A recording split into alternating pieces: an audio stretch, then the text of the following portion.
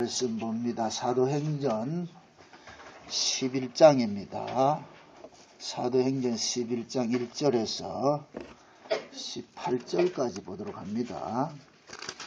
사도행전 11장 1절에서 18절까지 우리 찾으셨으면 같이 한 목소리로 봅니다. 유대에 있는 사도들과 형제들이 이방인들도 하나님의 말씀을 받았다 함을 들었더니 베드로가 예루살렘에 오라갈랐을 때에 할례자들이 hir난하여 가로되 내가 무할례자의 집에 들어가서 함께 먹었다 하니 베드로가 저희에게 이 일을 차례로 설명하여 가로되 내가 요파 성에서 기도할 때에 비몽사몽간에 환상을 보니 큰 보자기 같은 그릇을 내 귀를 메어 하늘로부터 내리워 내 앞에까지 들이우거늘 이것을 주목하여 보니 땅에 네 발 가진 것과 들짐승과 기는 것과 공중에 나는 것들이 보이더라. 또 들으니 소리 있어 내게 이르되 베드로야 일어나 잡아 먹으라 하거늘 내가 가로되 주여 그럴 수 없나이다. 속되거나 깨끗이 아니한 물건은 언제든지 내 입에 들어간 일이 없나이다 하니 또 하늘로부터 두 번째 소리 있어 내려 대답하여 하나님이 깨끗하게 하신 것을 내가 속되다 말라 하더라. 이런 일이 세 번 있은 후에 모든 것이 다시 하늘로 끌려 올라가더라. 마침 세 사람이 내 우고한 집 앞에 섰으니 가이사랴에서 내게로 보낸 사람이라. 성령이 내게 명하여 아무 의심 말고 함께 가라 하시매 이 여섯 형제도 나와 함께 가서 그 사람의 집에 들어가 그가 우리에게 말하기를 천사가 내 집에 서서 말하되 내가 사람을 요빠에 보내어 베드로라 하는 시몬을 청하라. 그가 너와 내 온 집에 구원 얻을 말씀을 내게 이르리라 함을 보았다 하거늘 내가 말을 시작할 때 성령이 저에게 임하시기를 처음 우리에게 하신 것과 같이 하는지라. 내가 주의 말씀에 요한은 물로 세례를 주었으나 너희는 성령으로 세례를 받으리라 하신 것이 생각났노라. 그런즉 하나님이 우리가 주 예수 그리스도를 믿을 때에 주신 것과 같은 선물을 저에게도 주셨으니 내가 누구간데 하나님을 능히 맡겠느냐 하더라. 저희가 이 말을 듣고 잠잠하여 하나님께 영광을 돌려가로되 그러면 하나님께서 이방인에게도 생명 얻는 회개를 주셨도다 하니라. 아멘. 기도합니다. 하나님, 사도들을 통하여서 예수가 주가 그리스도 되심을 이제 이방에 알리는 일들을 이제 하게 됩니다. 성령께서 주도적으로 이 일을 하는데 여기에 또 방해하는 세력들이 있습니다. 믿는다고 하는 자들이 또 방해를 합니다. 하나님, 이러한 이 모습들을 통하여서 지금 이 시대 우리의 신앙과 한번 이렇게 견주어 보아서 우리는 과연 어떤 모습으로 예수를 믿고 있는지, 우리의 신앙은 또 이 유대교 신자들과 같은 신앙은 아닌지 점검받는 시간들이 되어지게 도와주옵소서. 그래야 우리 안에 잘못된 것들은 쓴뿌리든 다 제거하시고 온전히 위로부터 내리시는 성령의 은혜 안에서 신앙생활을 해갈 수 있도록 도와주시옵소서. 깨닫는 은혜를 허락해 주옵시기를 원하옵고 그리스도 대신 예수님의 이름으로 기도합나이다. 아멘. 하나님께서 일하는 방식하고 우리가 일하는 방식하고는 다르다 그랬습니다. 하나님께서 일하시는 방식은 창조의 방식으로 일을 하고 우리가 일하는 방식은 피조의 방식으로 일을 합니다. 무슨 이야기냐면은 창조의 방식은 없는 데서 있게 하는 방식이고 피조의 방식은 있음에서 있음으로 나아가는 겁니다. 그래서 피조의 방식과 창조의 방식은 항상 뭐냐면 충돌을 일으키게 돼 있어요. 충돌을. 우리가 이 신앙생활 예수를 믿으면서도 오늘 이 본문에 나와 있는 이 유대교에서 이제 개종한 그런 그 신자들과 베드로가 이렇게 충돌을 일으키는 것 같이 이런 충돌은 늘 일어나게 돼 있어요. 왜 이런 것들이 일어나느냐 하면은 우리는 뭐냐면은 자기가 가지고 있는 어떤 그 뭡니까 신앙관을 가지고 있어요. 모든 사람들은 다.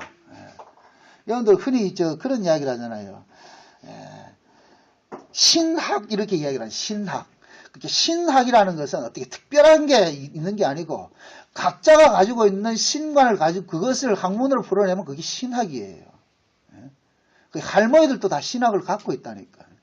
그분들이 논리적으로 이렇게 학문적으로 풀어내질 못해서 그렇지, 그분들도 알고 있는 신관이 있단 말이죠. 신관.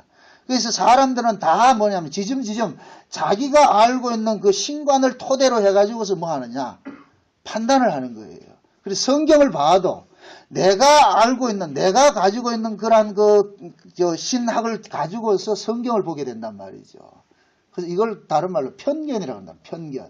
그래서 모든 사람들은 다 편견을 가지고 있어요.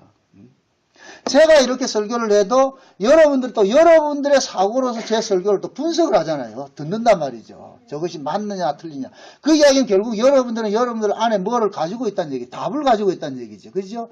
그래서 내가 가지고 있는 답과 맞아 떨어질 때는 우리는 은혜 받았다.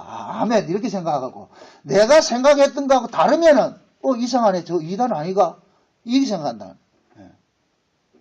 그 결국 뭐냐? 그러한 그 사고들이 결국에는 뭐냐? 내가 주체가 돼서 가지고 내가 이 신앙의 주체를 가지고 있기 때문에 나타나는 현상들이에요. 오늘 본문도 그렇잖아요. 분명히 베드로가 이방인들에게 복음을 전하고 고넬료 가정에 복음을 전하고 그렇게 했는데, 이것이 이제 예루살렘 교회에서 이 소문이 들렸단 말이죠. 소문이 들리니까 그 예루살렘 교회는 쉬운 말로 하나의 본부인데 자기들은 그렇게 생각하는 거예요. 성경은 그걸 얘기하지 않는데 이 본부라고 생각하는 거예요. 그런데 그 본부에 있는 사람들이 베드로가 가가지고 이방인들한테 복음을 전했다 그러니까 자기들이 수용하기가 힘든 거예요. 그러니까 그 본부에 남아있는 사람들이 쉬운 말로 유대교식으로 말하는 것 같으면 골수 보수주의자들이란 말이죠. 그들이 가만히 생각해 보니까, 야, 네가 임마 할례자가 어떻게 왜 무할례자 집에 들어가가지고 그렇게 할 수 있냐? 그건 율법에 그건 금하는 거 아니냐? 그렇게 이야기한단 말이에요. 그러니까 베드로가 이야기를 하잖아요. 나도 그래 생각했는데, 나도 그런 생각을 갖고 있었는데, 그런데 하나님께서 가라고 해서 했는데 그걸 내가 왜 하겠냐. 이 이야기는 결국에는 뭐냐, 비록 사도들이라 할지라도 예루살렘 교회에 있는 그 정통교회라 할지라도 그들이 가지고 있는 그 편견들이 있다는 얘기예요. 그 편견이 어디에서 형성이 된 거예요? 율법에서 형성된 거죠. 그죠? 율법에서. 그게 율법 신앙을 근거로 해가지고서 자기들이 뭐냐, 이것은 옳습니다, 이것은 틀립니다, 그걸 가지고 있단 말이죠. 그걸 지금 성경께서는 지금 뭐합니까? 깨뜨리는 작업을 하는 거예요. 깨뜨리는. 그게 이런 편견들은 사도행전에만 있는 것이 아니고 지금 우리에게도 있는 거예요. 그래서 제가 여러분들한테 늘 이야기하는 것이 항상 본질과 비본질을 구분하라 그랬어요. 본질적인 면에서는 그분이 예수를 믿는다 할 때는 여러분들 시비 걸지 말란 말이죠. 그 사람이 본인이 예수를 믿는다는데 왜 우리가 나서가지고 그게 옳으냐 그러냐 판단을 하려고 그러냐 말이죠. 그러니까 우리는 그 문제에 대해서 저 사람이 예수를 믿느냐 안 믿느냐는 그건 여러분들이 타치하지 마세요. 그건 우리 권한 받기란 말이죠. 한 사람이 구원을 얻고 구원을 얻지 못하고 하는 것은 그 주권은 누가 있느냐? 주님께 있는데, 우리는 어떤 신앙생활을 했느냐? 하나님께서 나 같은 사람을 구원해 주셨다, 예수를 믿어지게 해 주셨다는 것에 대해서 감사하는 마음으로 살면 되는데, 우리는 그건 안 하고 자꾸만 자기가 정답지 하나 들고 다니면서 사람 채점을 하려고 그런단 말이지. 니 맞아 아니야, 니 맞아 아니냐. 그게 결국에는 뭐냐, 그 사람이 지금 예수를 믿어도 그 속에 지금 법이 작동하기 때문에 법이 나오는 거예요. 잠깐 법이 나오는 거예요. 그 법을 가지고 있으면 그 사람이 마음에 여기에 생명이 나올 수가 없어요. 법에서는 절대로 생명이 안 나온다니까. 법에서는. 여러분들이 주변에도 그렇잖아요. 이렇게 보면은 복음 안다고 하면서 참 판단하는 사람이 있잖아요. 그런 말 많이 들어요. 아주 속상해 죽겠어요. 전화가 심심찮게 옵니다. 특별히 어떤 목사의 그 설교를 듣는 사람들이 대부분 그 현상이 드러난다고 해서 참 제가 욕을 먹는다니까.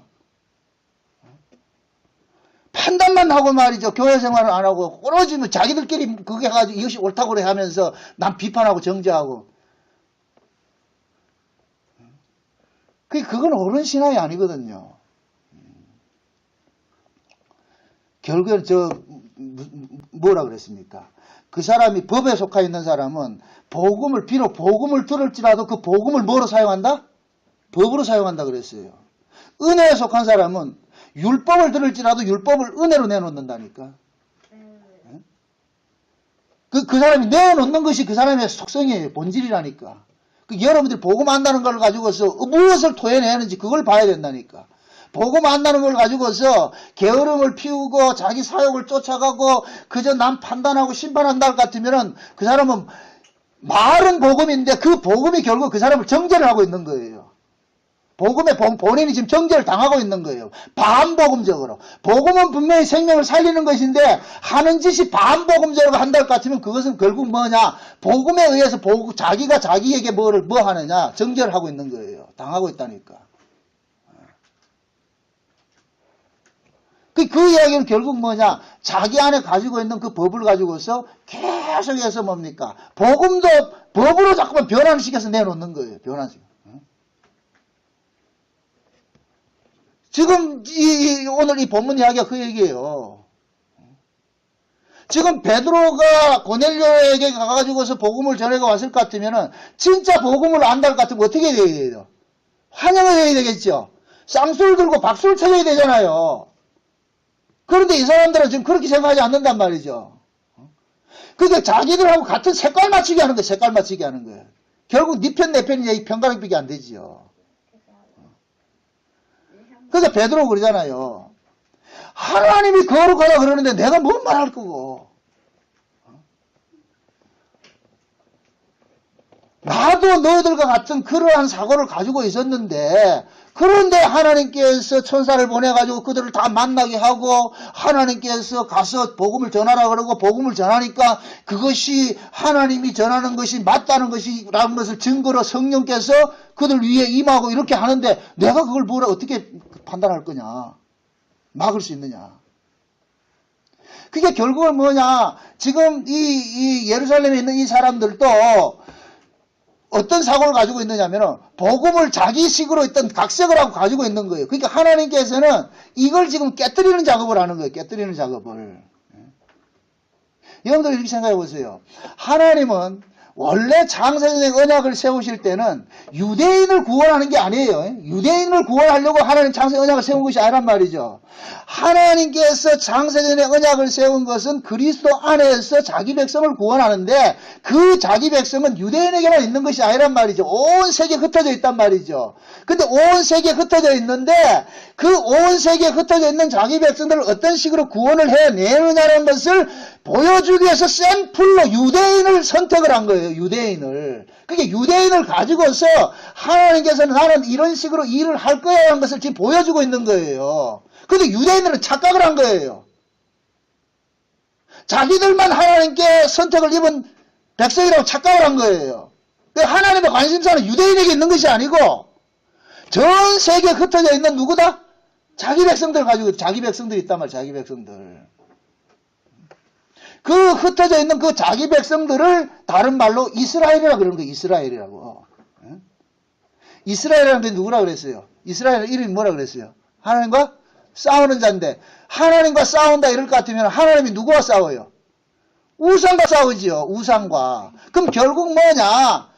하나님과 싸우는 사람이 이스라엘인데 하나님과 싸우는 자가 이스라엘이었을 것 같으면 결국 뭐냐? 내가 곧 뭐냐?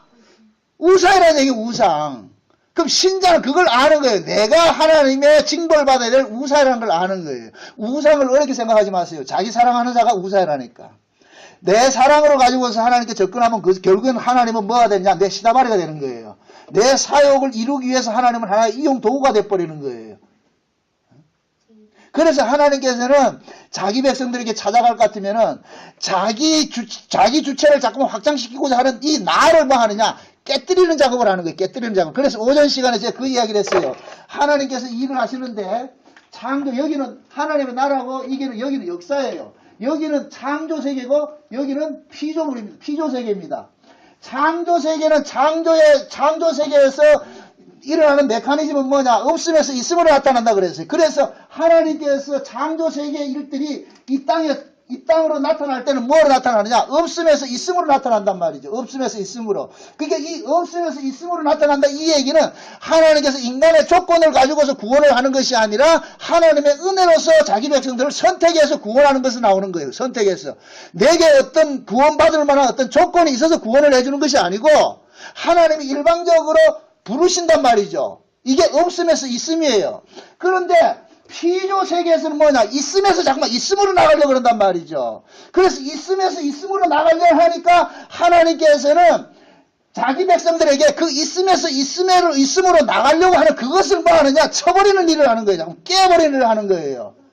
이게 오전에 우리가 살펴봤던 아브라함 깨뜨리는 작업이란 말이죠. 아브라함 보세요. 하나님께서 아브라함 찾아와 가지고서 언약을 주시고 내 후손이 하늘이 별과 같이 많게 해준다 그러니까 아브라함은 착각을 하기를 뭐냐? 자기 방식으로서 생산을 해내려고 한다면 그게 그렇게 생산한 자가 누구예요? 이스마엘이라고 그랬잖아요. 그러니까 하나님은 이스마엘은 아니야. 너 방식으로 생산되는 자식은 내 자식이 아니고 네 자식이지. 그래서 하나님은 있음에서 있음으로 나가고자 하는 그 아브라함을 치는 방식으로 다가오셨다면 그게 17장 이야기잖아요. 그래서 뭐 한다?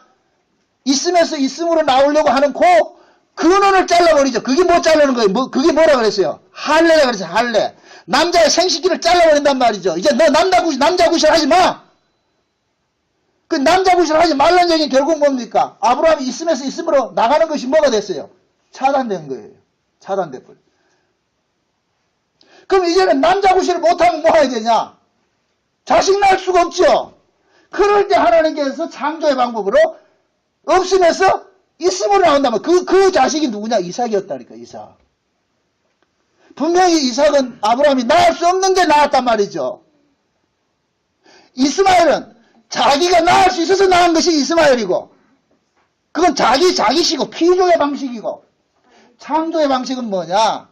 낳을 수 없는데 낳았어. 없음에서 있음을 낳았단 말이죠. 여기 창조의 방식이다. 지금 유대인들도 그 사고를 갖고 있는 거예요. 유대인들이 어떤 사고를 갖느냐? 아브라함과 똑같은 사고를 갖고 있는 거예요. 유대인들 생각에는 뭐냐? 자기들을 통해 가지고서 하나님의 뭡니까? 백성들이 이렇게 생겨나는 것으로 착각을 하고 있는 거예요. 그러니까 자기들이 어떤 혈통 중심으로서 지금 복음을 받고서도 혈통 중심으로 가지고 있는 거예요. 그러니까 하나님은 그 혈통 중심으로 가지고 있는 그 사고를 뭐 하느냐? 깨는 작업을 하죠. 깨는 작업을. 그래서 이스라엘 사도들을 가지고서 이방인들과 율법으로는 절대로 사귈 수 없는 그 이방인들과 사귐을 갖게 하고 그 이방인들에게 복음이 증거되니까 그 복음이 이 일이 하나님의 뜻이라는 것을 증명하기 위해서 뭐가 오고? 성령이 오시고. 흔히 우리는 이런 생각을 갖고 있잖아요. 예수를 믿으면서도 다 자기 나름대로 자기 생각을 가지고서 예수를 믿는데 우리는 사고가 어떤 사고이냐면은 내가 예수를 믿을 것 같으면은 우리의 사고는 뭐냐? 내가 예수를 믿음으로 인하여서 하나님께서 내게 뭔가 주시겠지. 이런 사고를 갖고 있는 거예요. 그래서 우리는 항상 뭐 하느냐? 예수 믿으면 복 받고 잘 산다는 사고가 있는 거예요. 그것이 결국은 뭐냐? 아브라함 같이 있음에서 있음으로 이 땅에서 자꾸 자기 세계를 확장하려고 그런단 말이죠. 하나님의 뜻은 뭐냐? 이 세계 확장이 아니고 여기에서 빼내는 작업을 하잖아요. 빼내는 작업을. 그 빼내는 작업을 하는 데 있어서 반드시 우리는 뭐가 되느냐? 우리의 죄성이 고발당하는 거예요. 고발당하는 거예요. 지금 이 사도행전 11장의 이야기도 그 이야기를 품고 있는 거예요. 하나님이 지금 일하시는 데 있어가지고 가장 지금 방해거리가 누구예요? 믿는다고 하는 자들이잖아요. 그렇죠? 유대교 신자들이잖아요. 왜 유대교 신자들이 왜 여기 반발합니까? 자기들 생각에 안 맞거든요. 자기들의 그 생각을 갖고 있다는 얘기, 자기들이 뭐예요? 틀을 갖고 있다는 얘기잖아요. 그럼 유대인들 가지고 있는 그 틀을 가지고서 복음을 전한다 것 같으면 누구에게만 전할까요? 이방인 복음 전해지겠어요? 안 전해지겠어요? 안 전해지겠죠? 자기들만 전해지겠죠? 자기 유대민족만 전해지겠죠? 그럼 결국 뭐냐? 하나님을 만유에 충만하신 그 하나님을 누구 속에 가두느냐? 자기 민족에게 가두는 형국이 되어버리는 거예요. 그럼 결국 뭐냐? 하나님을 자기들만 독점하려고 그러죠. 여기 유대인들만 있느냐? 우리에게도 있다니까, 우리에게도. 여러분들, 예수를 믿어도 내가 특별해지고 싶죠. 그죠? 안 그래요?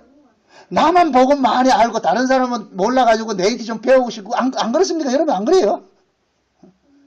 내가 더 특별한 사랑을 받고 싶은 그런 게 없어요. 하나님보다 똑같이 예수를 믿어도 그래도 저 사람이 조금 하나님한테 사랑을 더 받고, 모든 인간들은 자기 사랑이 가득 차 있다니까. 이 자기 사랑을. 그러니까 나를 사랑해 줄 때 우리가 행복을 느껴요. 내가 행복하다 느낀다니까. 내가 인정받을 때, 남으로부터 내가 인정을 받을 때 내가 행복하다고 느껴진다니까. 그래서 우리는 뭐냐? 자기 주변에 누구로 진을 치느냐? 나를 사랑하는 사람으로 진을 치는 거예요. 그래서 우리는 본능적으로 어디를 가도 뭡니까? 자기 사랑하는 자로 진을 친다니까. 자식 하나 낳거든. 아빠가 좋냐? 엄마가 좋냐? 는 멘붕이 온다니까. 이거 왜 해야 되냐 말이야. 요즘엔 누가 좋느냐? 용돈 많이 주는 사람이 좋은 거야. 그럼 그것은 수시로 변하지. 요즘 애들이 우스갯소리입니다. 얼마나 영악한 거냐면 하면은 부모가 이혼하면 기뻐한다는 거예요. 왜? 용돈을 두 군데서 받게 돼. 그런 이야기를 하더라고요. 결국엔 뭐냐? 관심사가 뭐냐? 내게 유익된 것만 오면 돼. 그게 어려서부터 벌써 그 인간의 그 죄라는 그 본성이 그 속에 탁 드러난다니까. 얼마나 영악스러워요. 시대가 말세 지말이라 해서 그런지 하나님께서 어린아이들한테도 벌써 그런 것들 다 드러낸다니까. 그래서 인간들은 뭐하냐? 항상 눈만 뜨면 자기 사랑, 나 사랑해달라, 나 사랑해달라.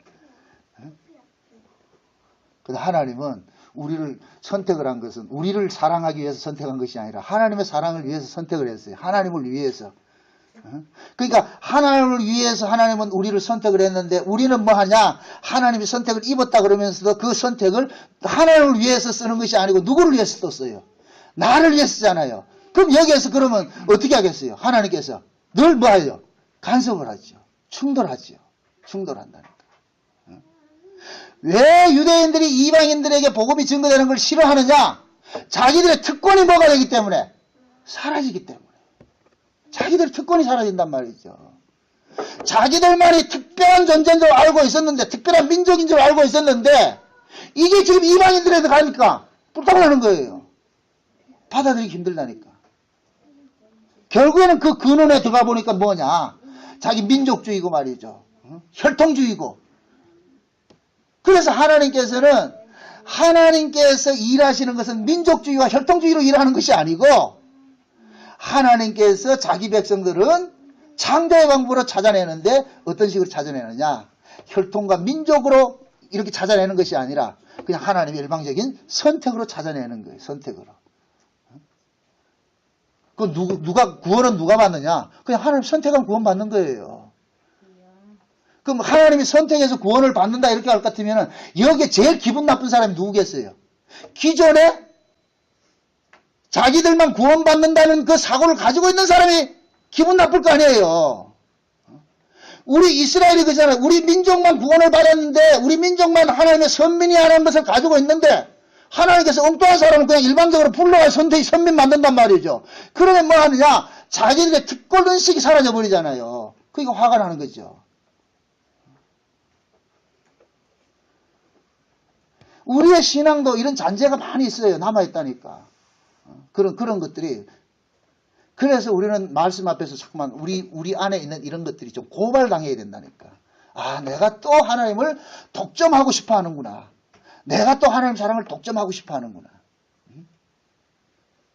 여러분들 솔직히 여러분들 마음은 그런 마음이 있는지 안 있는지 이런 생각이 들어봅시다. 똑같이 복음을 전했어요. 정 목사가 복음을 전했고 또 다른 목사가 박 목사가 복음을 전했어. 정 목사가 울산 목양교회 목사님이고 저 박 목사는 울산 목양교회 성도 아니에요. 그럼 여러분들은 그 박 목사보다 정 목사하고 누가 더 우월하길 바래요?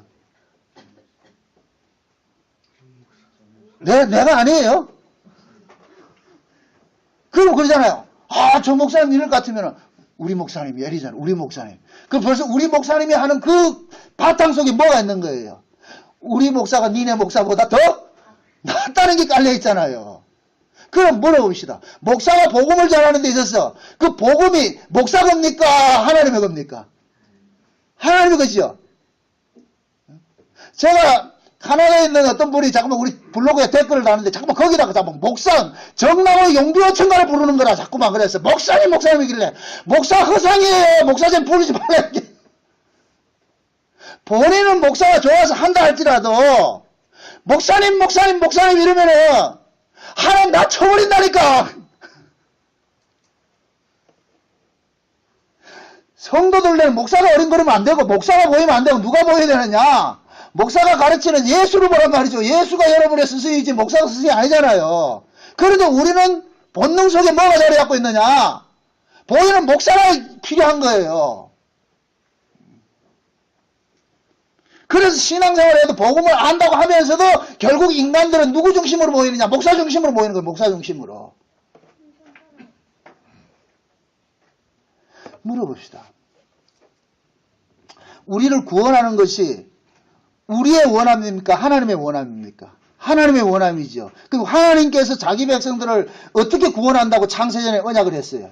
예수 그리스도를 믿게 해서 구원을 받는다, 구원을 하게 한다 그랬잖아요. 그렇죠? 그러니까 복음을, 다른 말로 복음을 듣게 해서 구원을 받게 만들어요. 그렇잖아요. 그러면은 한 사람이 구원을 받는 데 있어 가지고서 그 사람을 구원을 시키기 위해서 누가 일을 하겠어요? 하나님이 일을 하겠죠. 그럼 하나님께서 저 사람을 구원을 해야 된다 같으면은 반드시 그 사람에게 복음이 들려지게 해줄까요? 안 해줄까요? 들려지게 해주는 거예요. 지금 베드로가 고넬료 집에 간 것은 그걸 지금 그걸 보란 말이죠. 뭡니까? 샘플로 한번 보란 말이죠. 하나님은 창세전에 고넬료를 구원하기로 작정을 했어요. 그러면 고넬료를 구원을 하는데 구원을 어떤 식으로 하냐? 예수 그리스도를 믿게 해서 구원을 하는 거예요. 근데 고넬료가 지금 예수를 알아요, 몰라요?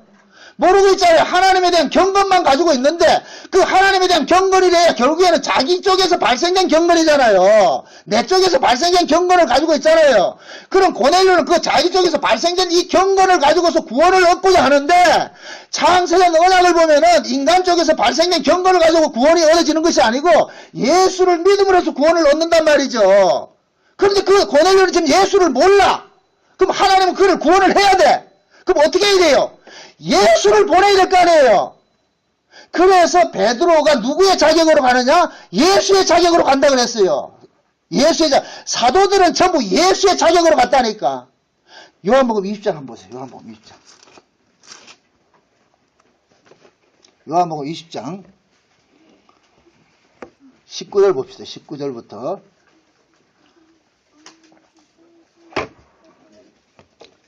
23절까지 봅니다. 요한복음 20장 19절부터 23절까지 같이 봅니다. 다 같이 시작. 이날 곧 안식 후 첫날 저녁 때 제자들이 유대인들을 두려워하여 모인 곳에 문들을 닫았더니 예수께서 오자 가운데 서서 가라사대 너희에게 평강이 있을지어다. 이 말씀을 하시고 손과 옆구리를 보이시니 제자들이 주를 보고 기뻐하더라. 예수께서 또 가라사대 너희에게 평강이 있을지어다. 아버지께서 나를 보내신 것 같이 나도 너희를 보내노라. 이 말씀을 하시고 저희를 향하사 숨을 내쉬며 가라사대 성령을 받으라. 너희가 네 죄든지 사하면 사해질 것이요 네 죄든지 그대로 두면 그대로 있으리라 하시니라. 자 보세요. 지금 예수님께서 언제 나타나요? 안식 후 첫날에 나타나죠. 안식 후 첫날. 안식 후 첫날이 뭡니까? 역사 창조를 보면 창세기 1장에 볼 것 같으면 창조를 할 때 첫째 날, 둘째 날, 셋째 날, 넷째 날, 다섯째 날, 여섯째 날, 일곱째 날이 있잖아요. 그죠? 이 일곱째 날이 이 창조에 속한 것이란 말이에요. 아이고, 이거 참, 이게.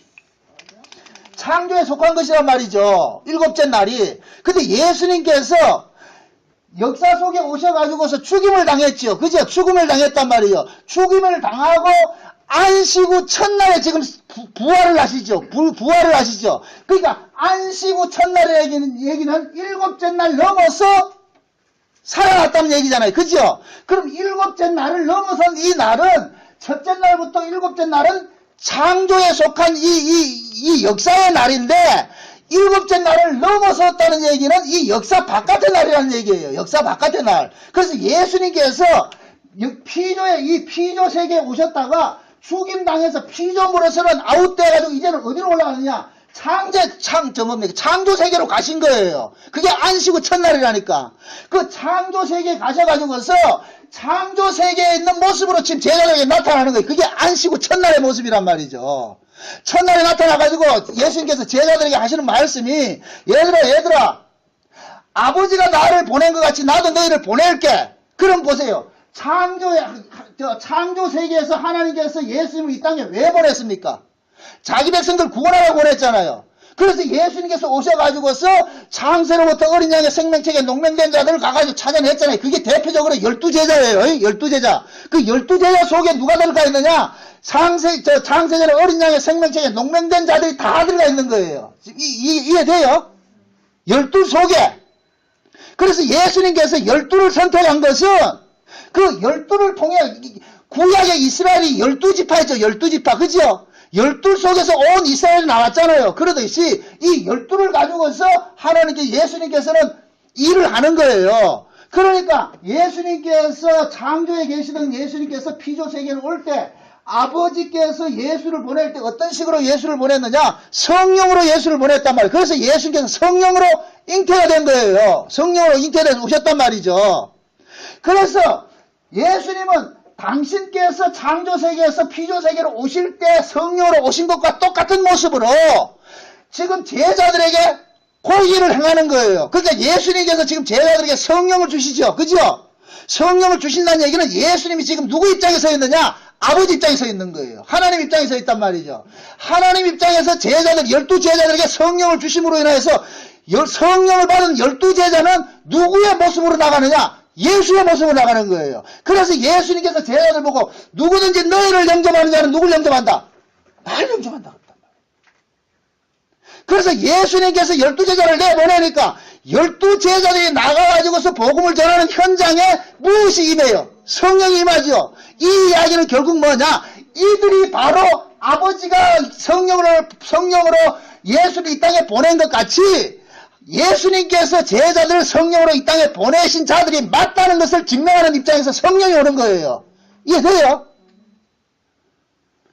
그러니까 사도들이 전하는 복음의 현장에서 성령이 그 사도들이 전하는 그 복음이 이것이 하늘의 것이 맞다, 하나님의 뜻이 맞다는 것을 확정시켜주는 차원에서 성령이 임하는 거예요. 그러면은 하나님께서 자기 백성들을 찾아내는 방식이 어떤 방식이냐? 온 세계에 흩어져 있는 자기 백성들을 예수님이 직접 찾아가서 구원을 해내는 것이잖아요. 그럼 예수님이 직접 찾아가서 구원을 해내는 이 방식이 어떤 혈통에 묶여있으면 돼요? 안 돼요? 안 되겠죠? 근데 구약의 이스라엘 백성들은 어떻게 생각했느냐? 자기 혈통에 묶어놔 버린 거예요. 혈통에. 그래서 자기 혈통 속에만, 민족 속에만 구원이 있다고 생각하는 거예요. 그래서 하나님께서 유대인을 넘어서게 하는 거죠. 그게 성령이 온 거예요.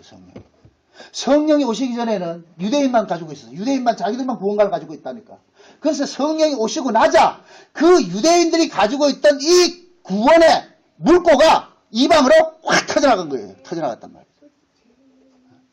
그래서 사도행전 역사 속에서 성령이 임해가지고서 뭡니까? 기존의 유대인들과 사고들을 하고 정말 이 부딪히는 일들이 일어나는 것은 뭐냐? 우리가 가지고 있던 그런 구원관들과 자꾸만 뭐 하느냐? 깨뜨리는 작업을 하는 거예요. 이걸 안 했네 또. 그게 신앙이라는 것은 날마다 뭐 하느냐? 우리가 가지고 있는 이 사고들이 정말 깨어지는 일들이 벌어져야 되는 거예요. 우리는 본능적으로 복음을 우리가 아무리 복음을 알아도 그 복음을 가지고서 자꾸 법을 만든다니까. 우리는 하나님이 아무리 은혜를 줘도 우리는 이 속에서 이 법이라는 괴물이 들어앉아가지고 잠깐만 법으로 길가를 시킨단 말이죠. 변화를 시킨단 말이죠. 그러니까 뭐 하느냐? 잠깐만 네 편 내 편 가리는 거예요. 복음을 전한다고 하면서도 잠깐만 네 편 내 편 가리는 것이, 누가 어떤 말씀을 듣더라도 그 사람 은혜 받으면 고맙잖아요. 감사하잖아요. 근데 우리는 어떻게 하느냐? 우리 교회 같이 이렇게 신앙생활 하다가 다른 교회 갈 것 같으면 그때부터 기분이 좋다, 기분이 나쁘다. 여러분들은 도인이 돼가지고서 기분이 안 나쁜 모양이네. 복음을 전한다는 저 자신도 우리 교회 같이 신앙생활 하다가 다른 데 갈 것 같으면 속상해요. 기분 나쁘지, 기분 좋은 사람 누가 있어요? 그게 결국은 뭐냐? 나도 복음을 뭐 하느냐? 내가 법으로 지금 뭐 하고 있다? 만들고 있다는 거예요. 가지고 있다는 거예요. 이게 안 버려진다니까. 그러니까 우리는 말씀을 통해서 요게 또 죄구나. 그래서 정말 고발당하고 깨지는 일들이 일어나는 거예요. 그래서 하나님께서 내 안에 있는 요 법을 만들고자 하는 요 법을 깨뜨리기 위해서 멀쩡히 다 잘 나오던 성도들도 안 나오게 만든다니까. 다른 교회를 가게 한다니까. 그래서 결국은 뭐냐? 난 그걸 통해가지고 또 하나님 앞에 매맞는 거예요. 이거 내 안에 있는 이 법이 깨지는 일들이 일어난다니까.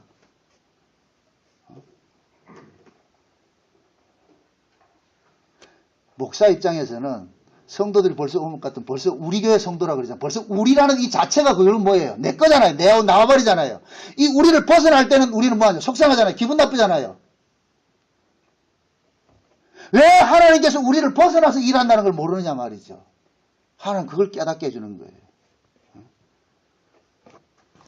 과거에는 누가 같이 신앙생활을 하도 우리 교회에 있다가 다른 교회 갈 것 같으면 그걸 미웠어요. 막, 겉으로는 아닌 척 하지만 속으로는 속이 상해가지고 막 저주가 나오고 했다니까. 그렇다, 실제. 근데 내가 복음을 알고, 은혜를 알고 보니까 이건 그렇게 해서 될 문제가 아니라니까. 그래서 저는 누가 가더라도 좋게 해서 보냅니다. 잘 가시라고. 앞으로 가실 분들은 저한테 분명히 얘기하고 가세요. 그냥 가지 말고. 저 천상의 팀들은 좀 쉬겠다 그랬다며? 아이고, 문디들, 아이고. 예수 믿는 게 힘들겠죠. 그러니까 쉴만도 할 거예요. 그동안에 얼마나 힘들게 했겠어요. 그러니까 쉬겠죠. 신앙이라는 것은, 여러분들이 참 지경을 넓히세요. 이걸 넓히라. 여러분들 틀을 만들지 말라는 게, 가두리 하면 안 된다니까, 가두리 하면은. 하나님은 그 가두리를 자꾸 깬다니까. 가두리를 하면은 여러분 천당에 가서도 깃발 하나 세워서 울산 목양교회 모이라 이런다니까. 저는 그게 싫어요. 가가지고 울산 목양교회 모이라 할 것 같으면 요숫자 모일 것 같으면 그거 쪽팔려서 웃지야. 속된 얘기로 말이죠. 그래서 그걸 자꾸 울타리를 하면 하나님께 깨는 일을 하는 거예요. 깨는 일을. 그 베드로가 그걸 증거를 하는 거예요. 요 앞에서 사도행전 10장 11장 그 앞에서 베드로도 그랬잖아. 하나님께서 내 보자기에서 각종 곤충 내가 잡아먹으라고 베드로가 뭐라 그랬어요? 이거 먹으면 안 되는 건데요. 율법에 이런 거 먹으면 이 부정한 거 먹으면 안 되는데요. 그러니까 하나님 뭐라 그랬어요? 시끄럽다 임마. 내가 그걸 가졌는데 네가 왜 안 먹으려고 그래? 그래서 먹으려고. 그러니까 베드로도 그 사고를 갖고 있다는 얘기예요. 똑같은 사고를 갖고 있었다니까. 똑같은 사고를 갖고 있는데 베드로는 얼떨결에 지금 얼떨리우스로 지금 하나님 시킨 대로 해가지고 고넬료에 복음 전하고 올라갔더니까 지금 딱 기다리고 있는 거예요. 종자들이 딱 기다리고 와가지고 지금 탄핵 가잖아요. 와가지고 한번 네가 지금 보고 한번 해봐라. 네 왜 그 집에 가가 했는데. 그러니까 베드로가 참 항변하는 거예요. 나도 너랑 똑같았는데 하나님은 그래 가라는데 왜 너 그게 천사가 나타나가지고 붙잡아 가는데 그럼 내가 싫다 그러냐? 그 결국 뭐냐? 베드로나 여기 있는 인간이나 똑같은 인간들이라는 것을 지금 하나 말해주고 하나님께서는 그러한 그 인간들이 가지고 있는 그 편협된 사고는 그 편견들을 하나님께 지금 뭐하냐? 확 깨버리는 일을 하는 거예요. 깨뜨리는 거예요. 창세전 언약을 보세요. 항상 제가 그러잖아요. 성경을 풀 때는 성경을 푸는 키가 있는데 그 성경을 무엇으로 풀어야 되느냐? 창세전 언약을 근거로 해서 풀으라고 그랬어요. 그럼 그 창세전 언약은 뭐냐? 자기 백성들을 예수님의 죽으심으로 인해서 구원을 해내는데 이 얘기는 결국 뭐냐? 인간의 조건으로서 구원받는 길은 없다는 거예요. 예수님의 죽으심으로 구원이 주어진다는 얘기는 인간 쪽에서 구원하는 길이 없다는 거예요. 하나님께서 예수를 보내서 예수를 죽음을 통해 가지고서 구원을 한다. 이 얘기는 너희들 방식으로 피조세계에서는 구원 얻을 길이 애초 없다는 이 사실을 지금 깔고 있는 거예요. 왜 이렇게 하느냐? 요렇게 인간 쪽에서 가능성을 차단을 시킬 때 구원이 뭐를 하느냐? 은혜가 된다니까, 은혜. 내 쪽에서 만약에 구원의 가능성으로 접근하면 그것은 은혜가 안 돼요. 은혜가 상실이 되어버린다니까. 그래서 하나님께서는 구원이 항상 은혜로 남게 하기 위해서 인간 쪽에서 접근할 수 있는 길을 모두 차단해버리는 거예요. 그것이 예수 믿음으로 구원을 받는다 그러는 거예요. 그래서 우리가 예수를 믿는 것은 예수를 믿는 것조차도 내 실력으로 믿을 수가 없다니까. 내가 만약에 예수를 믿어서 구원을 받는다 할 것 같으면 저는 그 사람 이단을 봐요. 참 이게 뭔 말인지 잘 이해하세요. 어떤 사람들이 예를 들어서 내가 예수 믿어서 구원받았습니다 할 것 같으면 그 사람이 이단이라니까. 왜 이단이냐? 그 사람이 자기가 예수를 믿어서 구원을 받았다 그런단 말이죠. 그러나 성경은 그런 걸 이야기하는 게 아니에요. 예수를 믿어서 구원을 받는 게 맞는데 하나님께서 예수를 믿어지게 해줘서 구원을 받는다는, 구원을 시킨다는 이야기지, 우리들은 취사 선택해가지고 부처를 믿을래, 예수를 믿을래, 나 예수 믿었어, 이렇게 해서 구원해주는 게 아니란 말이죠. 이해됩니까? 만약에 내가 예수를 믿어서 구원을 받았다 같으면은 우리는 이걸 가지고서 뭐하냐? 니 왜 부처 믿는데 이런다니까. 나는 예수 믿었는데 니 왜 부처 믿는데 이렇게 얘기를 한단 말이죠. 그럼 결국 뭐냐? 저 사람은 덜 똑똑해서 부처를 믿고 나는 똑똑해서 예수 믿었다는 그렇게 안 되잖아요. 그런 구원은 없다니까. 그럼 이 사람 천당 가려면 꼭 또 완전 차가지고 그런다니까. 열심히 차려. 니 누구 믿었어? 이렇게 나온다니까. 그런 구원 없다. 그게 은혜가 아니죠. 그래서 하나님께서 구원은 은혜를 주시기 위해 가지고서 예수를 믿는 것조차도 우리 힘으로 안 되도록 차단을 시켜놨다니까. 유대인들이 왜 예수를 못 믿었어요? 하나님이 그들의 눈을 가리고 마음을 가려놨기 때문에 못 믿었다니까. 만약의 경우에 예수님이 오셨는데 유대인들이 다 예수를 다 믿었을 것 같으면은 그들은 예수를 믿었다는 것으로 구원을 받는다니까. 그러면 그 예수 믿음이 뭐가 되느냐? 행위가 되고 법이 돼버린단 말이죠. 그래서 하나님은 한 놈도 예수를 못 믿도록 만들어놔 버린 거예요. 그래서 예수 십자가 지실 때 다 도망간 거예요. 다 도망갔다니까. 그러고 성령이 임하고 나니까 다시 찾아가는 거예요. 불러내는 거예요. 불러내가 예수를 믿어지게 할 거든. 그때부터 예수 믿는 것은 자기 실력이다. 하나님 은혜다. 하나님의 은혜인 거예요. 그게 구원이라니까. 그게 구원.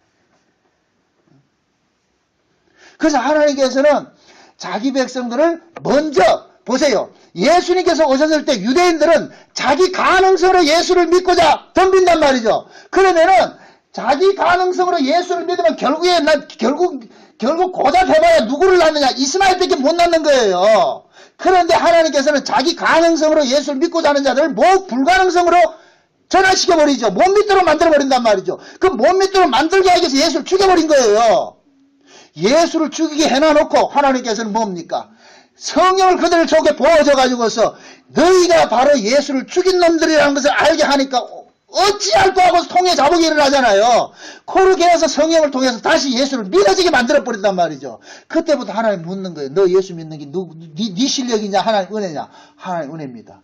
그럼 네가 하나님 은혜로 예수 믿었다는 거 아느냐? 예, 압니다. 그럼 이방인들 같이 복음 전해라. 그럴 것 같으면 이방인들도 예수를 믿는 것이 하나님의 은혜로 믿어지겠죠. 은혜 믿어지겠죠. 그런데 지금 그 은혜로 믿어지는 고넬료가 하나님의 은혜로 예수를 믿어지게 해준 것을 지금 이쪽에 기존에 가지고 있는 인간들은 또 이걸 가지고 또 어떻게 행사를 합니까? 법으로 지금 행사하고 있죠. 그걸 깨는 거예요. 베드로를 통해 가지고서 예루살렘 올라가 가지고서 너희들이 가지고 있는 그 사고가 결국 뭐냐? 유대교적 사고고, 그 유대교적 사고가 뭐냐? 구원을 우리만 독점해가지고서 우리가 행사하고자 하는 그것이 죄라는 것을 지금 고발하는 거예요. 그럼 지금 사도행전은 지금 우리가 이 배우는 이것도 결국 요 모습이 지금 우리 속에도 그대로 있는 거예요. 없다고 생각하지 마. 아무리 여러분들 복음을 알아도 그 복음은 우리 안에서는 항상 법으로 전환시킬 수 있는 능력을 우리가 가지고 있다니까. 이게 못된 것이. 그래서 항상 복음 아는 나를 뭐 하느냐? 가치 있게 두고서 자랑하게 하고 이런단 말이죠. 남한테 우쭐해지고 말이죠. 솔직히 여러분들 안 그래요? 내가 복음 안다. 누가 복음 모른다 할 것 같으면은 벌써 그 사람들 딱 만날 것 같으면 여러분들 어때요? 비웃음이 안 나와요? 아이고, 지도 모르는 게 또 아는 척하고 다 우리 그러잖아요. 누가 이야기를 할 것 같으면은. 그게 결국은 뭐냐? 복음을 내가 알고 있다는 것이 법으로 지금 가지고 있으니까 그런 비웃음이 나오는 거예요. 얕보는 것이 나온단 말이죠. 이게 만약에 내가 하나님의 은혜로 알고 있다 것 같으면 그런 것이 나오는 것이 아니고 그냥 감사가 나오고 긍휼이 나와야죠. 저 사람이 비록 예수를 지금 못 믿고 있다 할지라도 차례에 찾아야 기다려야죠. 그래서 제가 그러는 거예요. 여러분들 가족 중에라도 비록 그 사람이 복음을 못 듣고 예수를 못 믿는다 할지라도 절대 그 사람을 폄훼하거나 업신여기거나 깔보면 안 된단 말이죠. 오히려 여러분들이 복음을 받았기 때문에 뭐하냐? 참아주고 기다려주고 인내해야 되는 거예요. 그 모습을 보여줘야지. 에이구 님 몰라니까 모르는 것도 저리 꺼져 이렇게 해가지고 평화하게 하면 안 된단 말이요. 예수님께서 만약 오셔가지고서 에이구 아무것도 모르는 것들 전부 꺼져 이렇게 할 것 같으면 우리 어떻게 구원받겠느냐 말이죠. 그러지 않았거든요. 그래서 구원받은 신자들 속에서는 그런 예수님의 그런 마음들이 품어나와야 돼요. 예수님의 마음들이. 그래서 절대로 부부간일지라도 저 사람이 복음 아냐 뭐라 그거를 접근하지 말라고. 그냥 살림살이로 해가지고 싸우려는 건 몰라도 복음 안다 모른다가 싸우지 말라니까. 그건 우리가 할 몫이 아니라니까. 좀 이해되세요? 옛날 그 옥동자 그러죠. 못생긴 것들이 말이야 말도 하지 말고 복음도 모르는 것들이 말도 하지 말고 이렇게 하면 안 된다니까. 그건 그럼 하나님 앞에 책망받을 일들이에요. 복음은 그런 것이 아니에요. 복음은 항상 뭐 하느냐? 나를 무장시킨다니까. 나를 무장시킨다.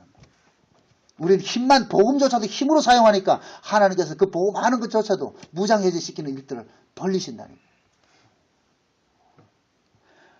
그래서 하나님 보세요.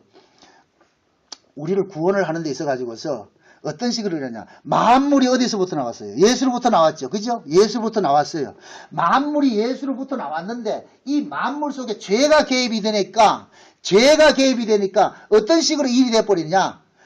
개개인 돼버리는 거예요. 죄가. 보세요. 이렇게 생각해 보세요. 원래 우리가 창조가 될 때 예수로 말미암아서 창조가 다 됐잖아요. 모든 사람이 창조가 다 됐잖아요. 그러면은 죄가 없을 것 같으면은 이 예수 안에서 나온 사람들이 전부가 열이든 백이든 천이든 하나가 돼야 되잖아요. 그죠? 하나가. 그죠?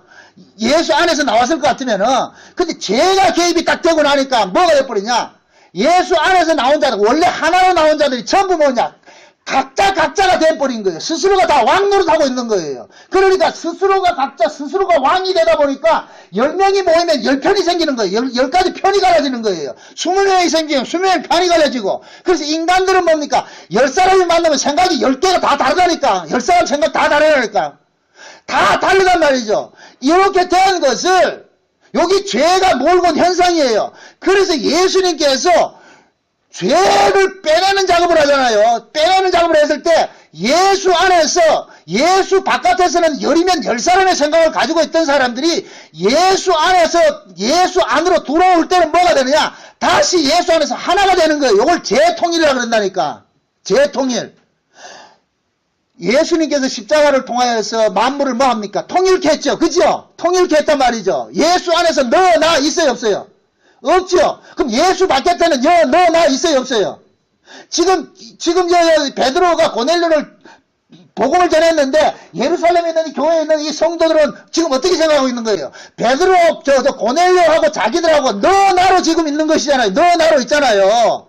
그러면은 예수님께서 너, 나로 있는 것이 이것이 뭐가 몰고 온 증상입니까? 죄가 몰고 온 증상이잖아요. 그래서 예수님께서 죄가 몰고 온 그 증상을 깨뜨려버리니까 이제 뭐가 되느냐? 너, 나가 아니고 예수 안에서 뭐가 되는 거예요? 우리가 돼야 되는 것이죠. 요걸 재통이라 그런다. 재통일. 그리스도 안에서 통일되게 했다 그런단 말이죠. 그래서 만물은 뭐냐면은, 자 보세요. 만물이 원래 예수님으로부터 나왔어요. 예수님으로부터 나왔는데 죄가 개입이 돼가지고서 이것이 하나에서 분열이 일어났잖아요. 분열이 일어난 것을 예수님께서 십자가에 피 흘려 죽으심으로 인해서 이것을 분열된 것을 다시 뭐합니까? 하나로 통일을 시키죠. 그러면 통일이 된 이들 속에 무엇이 하나 담겨 있습니까? 예수님께서 십자가에 피 흘려서 죽었다는 그 은혜성이 담겨 있겠죠. 지금 이게 이해돼요? 자 보세요. 하나님의 계획은 뭐냐?